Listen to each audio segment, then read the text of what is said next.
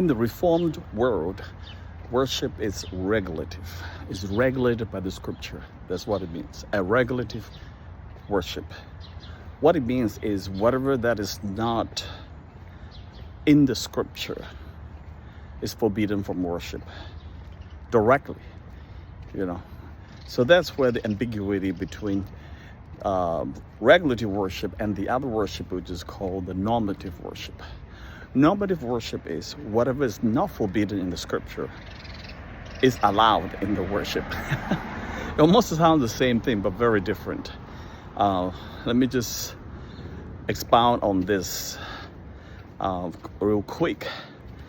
The three top theologians I researched, John Calvin, Herman Bavinck, and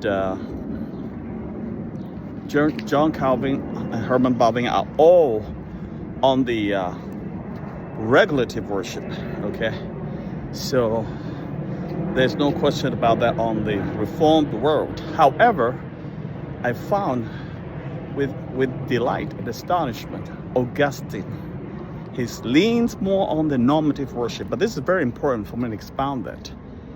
Okay, so Augustine position is closer to the normative principle worship. The beautiful thing, I think, is that what he does is the what is it called, the heart spontaneity, which is a really big thing, which is a big thing for me personally.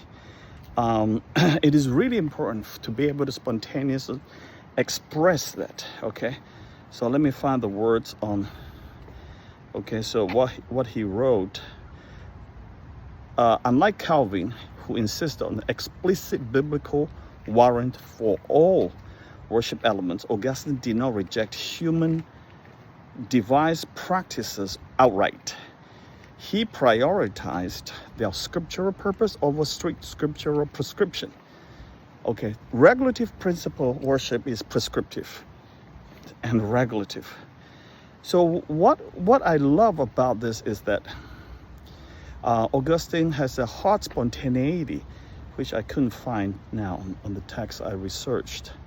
Okay, so he has a heartbeat of spontaneity. If you look at the book of Confessions, the expression is so vivid and so on fire that you can't miss it.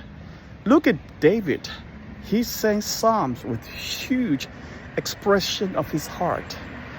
To say that we have to regulate all our worship based on psalms